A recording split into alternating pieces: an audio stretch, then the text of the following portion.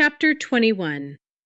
This mind control drug is based on my brain power. That is the simplest way to say it, even if the world would laugh, even if they would call it arrogance. Let them. They do not understand what I understand. Once a person takes it, I gain the ability to influence the way they think. Not like a magician, not like a hypnotist, not like the fake tricks people sell in books. This is real. It is a mix of neuroscience and AI-based techniques. The drug does not work alone. The drug opens the door. My method walks through it. The brain becomes flexible, like wet clay, and I shape it with signals, with patterns, with carefully chosen words. While under the drug's effect, the person forgets their own identity during that period. The memory does not vanish forever. It gets covered, buried, locked behind a wall the mind cannot climb. They become a version of themselves that I choose. Usually, the drug needs to be injected once a year. After a year, it slowly loses its power. The brain begins to resist. The original identity begins to surface. That is the natural fight of the human mind. The mind wants to return to itself, but I can stop it. I can repeat the dose. I can keep the wall standing. That is why the public thinks I am a witch. I am not a witch. I am simply achieving things others cannot even imagine doing. That is why I am different, and maybe a little crazy. I step away from the bed for a moment, watching her chest rise and fall under the quilts. She is still unconscious, but her breathing is stronger now. The fire is doing its job. I take a deep breath and turn my attention to the backpack I carried inside. If she is here, there must be a reason. People do not fall unconscious next to my bench by accident. Not here, not in the middle of trees, not near a house that is supposed to look abandoned. I open the bag carefully. Inside are basic things: a phone, a wallet, a few small items that tell me she is not a threat. I search deeper until I find what I need. Her identity. The name hits me first, Natalia Rhodes. Then I see the card from her workplace. A reporter, not just any reporter, from a famous news outlet, a media organization that's been deeply curious about me for a long time. My eyes narrow slightly. So that is why she is here. Not an accident, not a random lost traveler. She came close to me. She came close to the story people whisper about. She came close to the monster they claim I am. I stare at the card for a long moment. Poor girl, I murmur to myself. Not because I feel pity, because I understand exactly what curiosity does to people like her. It pulls them toward fire. I close the bag. I do not want her to see it when she wakes up. Not yet. Not until she believes my story fully. I take her bag, walk to the cupboard, and hide it inside the locker. The metal door clicks softly as it shuts. A small sound. A final sound. Then I sit back in the chair and watch her without blinking. The fire crackles behind me. The room feels warm, heavy with silence. Minutes pass. Then her eyelids twitch. Slowly, she opens her eyes. She closes them again immediately. The light must feel too strong. The mind wakes up slowly after the drug.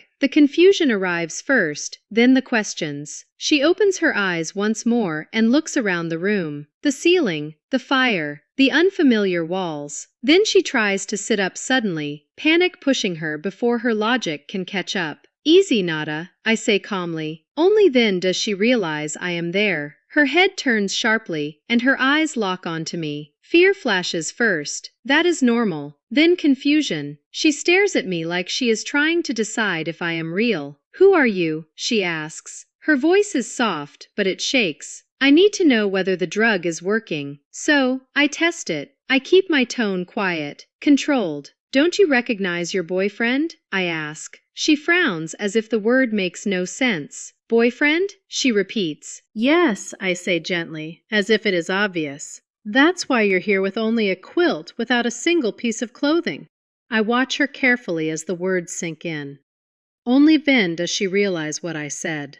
Her eyes widen. Her hands tighten around the quilt. She looks down, checking inside it, then freezes completely. Her breathing changes. Oh, she whispers. She pulls the quilt tighter against her chest, like it can protect her from the reality of her own body. I'm naked, she says. Where are my clothes? Why don't I remember anything, even my name? Am I Nada? She looks at me again, lost and searching, like a child waking up in a stranger's house. I smile reassuringly. Yes, dear, I say softly. It's you, Natalia. I let her hear her name.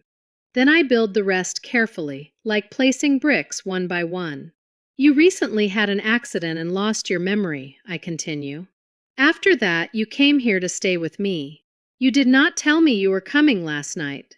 I was about to ask where your clothes and belongings were. Then I found a single paper note in your pocket with my address written on it. You must have followed it. You fainted outside. I answer all her questions at once. That is important. Confused minds hate empty spaces. If I leave gaps, she will fill them with fear. If I tell her she lives with me, she will ask for proof. Clothes, belongings, memories. I do not have any of that in front of her. I do not want to confuse her. I want her to trust me completely. She still looks uncertain. I can see it in her eyes. Her gaze keeps shifting, as if she expects something to jump out of the shadows. I don't remember anything, she says quietly. I nod slowly, as if I understand her pain. That is the key. Not forcing, guiding. I stand up. I move slowly, not sudden, not threatening. Then I remove my t-shirt. I do it with control, like I am showing her something important, not trying to shock her. My body is disciplined. Years of routine, years of survival. I am tall, well-built. The firelight moves across my skin. Her eyes widen as they focus on my bare chest. Not desire yet, not fully, but curiosity. The drug opens that door too. I walk toward her slowly, giving her time to react. I do not climb on top of her. I do not trap her. I place my hands on both sides of her, on the bed, leaving her space. Her eyes widen further in shock. I lean closer until my face is near hers. My voice becomes softer. You don't need to remember anything, I whisper. Just me. Then I brush my lips against hers, slow, gentle, barely touching at first. I watch her response like a scientist watching a result. Her eyes slowly close. Her body relaxes. Her lips begin to move against mine. The kiss deepens, warm and tender. The fire crackles softly beside us. It feels perfect. Not because it is real love, because it is proof. Proof the drug is working. Proof my invention is stronger than the mind's resistance. I pull back slowly. She stays silent after the kiss, breathing unevenly. The firelight flickers across her face, and for a moment she just studies me, as if she is trying to understand why she does not feel fear. I don't know why, she says quietly, but I don't feel afraid of you. That matters more than anything else. You don't have to do anything, I say. If you want me to step back, I will. I give her the illusion of choice. Choice is comfort. She hesitates, then slowly shakes her head. No, she whispers. Stay. The word lands softly, but it carries weight.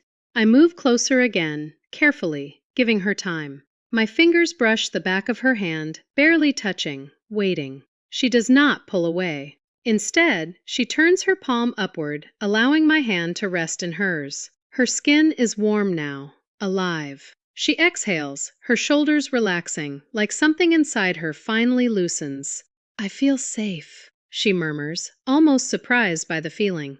I sit beside her on the edge of the bed. The quilt shifts slightly as she moves closer, her shoulder brushing against my arm. The contact is simple, but it sends a quiet pulse through the room. Outside, wind moves through the trees. The scent of wet leaves slips in through a small crack in the window. Inside, the room feels sealed in warmth and firelight. She leans her head lightly against my chest. I remain still, letting her set the pace. My hand lifts slowly and rests on her back, feeling the steady rhythm of her breathing. For a while, neither of us speaks. Her fingers tighten around the quilt, then relax. She looks up at me again, eyes searching. Is it okay if I stay like this? She asks. Yes, I reply without hesitation. She settles against me again, her forehead resting just below my chin. The closeness feels natural to her.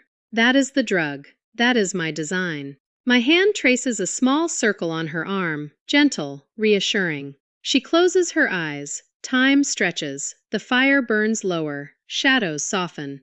I don't remember my past, she says quietly, but right now this feels real. I hold her a little closer. I do not rush. I do not push.